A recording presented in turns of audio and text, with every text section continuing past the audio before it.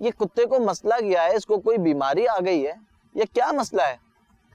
اب وہ کتے کا مالک کہنے لگا کہ اس کو کوئی مسئلہ نہیں ہے, اس نے کئی دنوں سے کچھ کھایا نہیں ہے اور جس کی وجہ سے اب یہ مرنے والا ہے. کیا ہے؟ مرنے والا. اب یہ کتا مرنے والا ہے, اس نے کئی دنوں سے کچھ کھایا نہیں ہے. ظاہر ہے کتا کیا انسان بھی اگر کئی دنوں تک کچھ نہ کھائے تو اس میں کمزوری بھی آ جاتی ہے, پھر بیماریاں بھی شاید اس کے پاس آ جاتی ہوں. تو اب وہ کہنے لگا اس نے کچھ کھایا نہیں ہے, اس لیے یہ اب جو ہے نا نزا کے عالم میں ہے. اتنے میں اس غریب شخص نے دیکھا کہ پیچھے ایک, جس کو آپ کہیں کہ ایک کپڑا رکھا ہوا تھا اور وہ فولڈ ہوا تھا, بندھا ہوا تھا. اس غریب شخص نے پوچھا اس میں کیا ہے؟ تو کہنے لگا کہ میری آگے سفر کی, یعنی میرے 2-3 دن بعد کے سفر کی اس میں کھانا پینا ہے, روٹیاں ہیں. اب جیسے اس غریب شخص نے یہ سنا نا, وہ غصے میں آ گیا اور حیرت کر کے بولا, اے نادان انسان, تیرے پاس روٹی ہے, تو اپنے کتے کو کھلا دے, ہے نا, اگر روٹی ہے تو کتے کو کھلا دے, کتے کی جان بچ جائے گی. وہ کہنے لگا اے نادان انسان, اے بے وقوف, تیرے پاس اگر روٹی ہے تو روٹی کتے کو کھلا دے, اس کی جان بچ جائے گی. اب وہ شخص کہنے لگا میں اس کو روٹیاں دے دوں گا تو میں کیا کروں گا, مجھے اس کتے سے اتنا بھی پیار نہیں ہے کہ میں اپنی روٹیاں اس کو دے دوں. اب ذرا بچوں غور کریں, کسی سے محبت کر رہے ہیں, رو رہے ہیں اس کے لیے, لیکن بے وقوفی یہ ہے کہ اپنے پاس چیز موجود ہے اس کو دے دیں.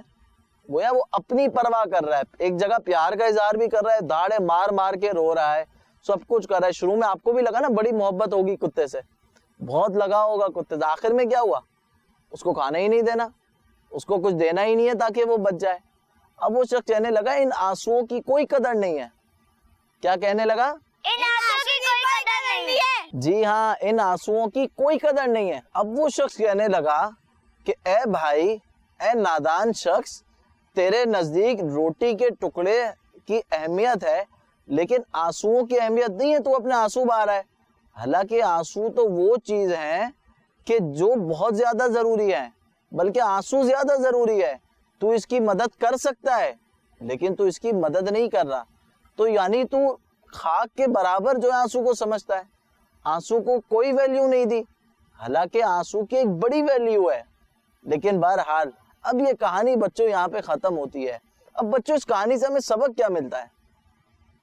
میں بتاؤں سبق کیا ملتا ہے؟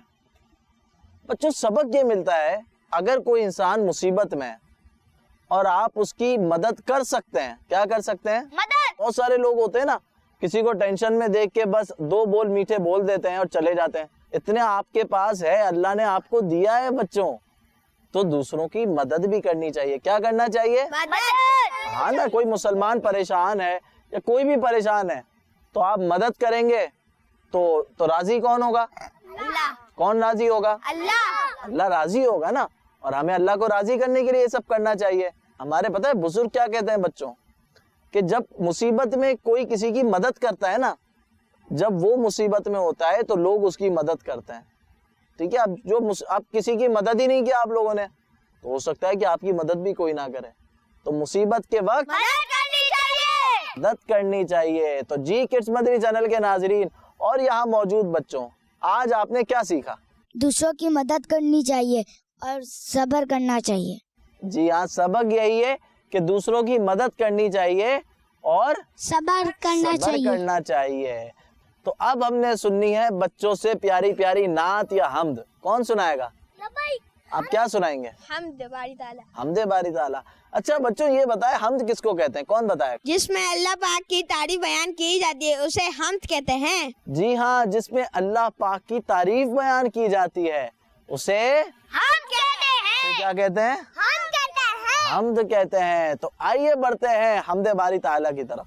اللہ اللہ اللہ اللہ اللہ اللہ اللہ اللہ اللہ اللہ اللہ اللہ کہتی ہے یہ پھولوں کی ردا. اللہ اللہ کہتی ہے یہ پھولوں کی ردا. اللہ اللہ کہتی ہے یہ پھولوں کی ردا.